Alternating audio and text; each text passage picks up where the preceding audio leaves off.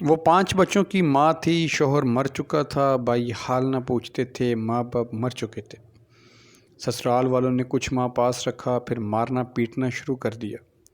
ویسے تو آمنہ پڑھی لکھی تھی، وہ بچوں کے لیے میکے آ گئی۔ بابی نے طنز کیا، ہم تمہارے بچوں کو نہیں پال سکتے۔ آمنہ بچوں کو لے کر کہاں جاتی؟ شوہر کے مرنے کے بعد تنہا ہو گئی تھی، کوئی پرسان حال نہ تھا۔ بچے بھوک سے بلکنے لگے، بچے کھانا مانگتے تھے، لیکن آمنہ کہاں سے لا کر دیتی؟ پھر کسی نے کہا وہ فلاں حاجی صاحب بہت رحم دل ہیں، ان سے مدد مانگو، تمہاری مدد کریں گے۔ آمنہ ان کے پاس گئی، حاجی صاحب ہاتھ میں تسبیح پکڑے بیٹھے ہوئے تھے۔ آمنہ اسلام کی، حاجی صاحب بولے خیریت سے آنا ہوا؟ آمنہ دکھ سنانے لگی۔ حاجی صاحب مسکرائے، اچھا آپ کو پیسے چاہیے، کتنے پیسے چاہیے؟ آمنہ روتے ہوئے بولی، بس اتنے کہ میرے بچے روٹی کھا سکیں۔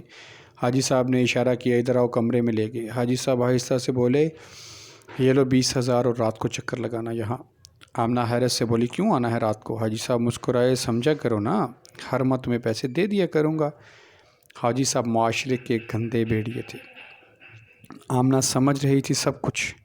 پیسے حاجی صاحب کو واپس کیے اور گھر چلے گئے۔ بچے بلک رہے تھے، بھوک سے تڑپ رہے تھے۔ آمنہ کرتی تو کیا کرتی؟ پھر اس نے سوچا کہ ایسا کرتی ہوں کہ کچھ پیسے پاس ہیں، اس سے کھانا خریدا اور ساتھ میں زہر خریدا اور زہر لے کر گھر چلے گئی۔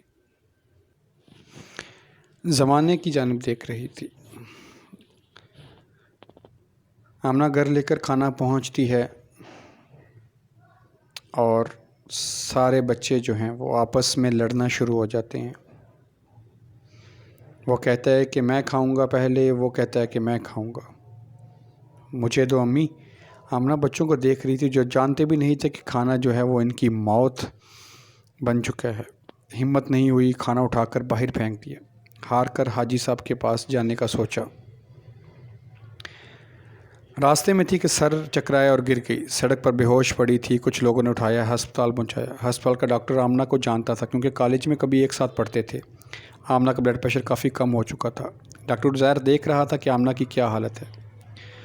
آمنہ تو بہت چلبلی سی، پیاری سی، شرارتی سی ہوتی تھی۔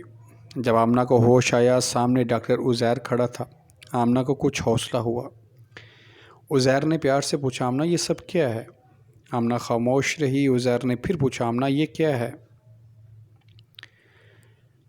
جب اللہ قسمت بدلتا ہے معجزے ہوتے ہیں، جب رحمت برستی ہے، جب مرد کوئی مردانگی پر قائم رہتا ہے۔ عزیر کو جب بتایا آمنہ نے کہ اس کا شوہر مر چکا ہے، 5 چھوٹے بچے ہیں، ایک حاجی نے راتوں کا سودا کیا، پھر بچوں کو زہر دینے لگی تھی، اب بے بس ہو کر گناہ کرنا چاہتی ہوں۔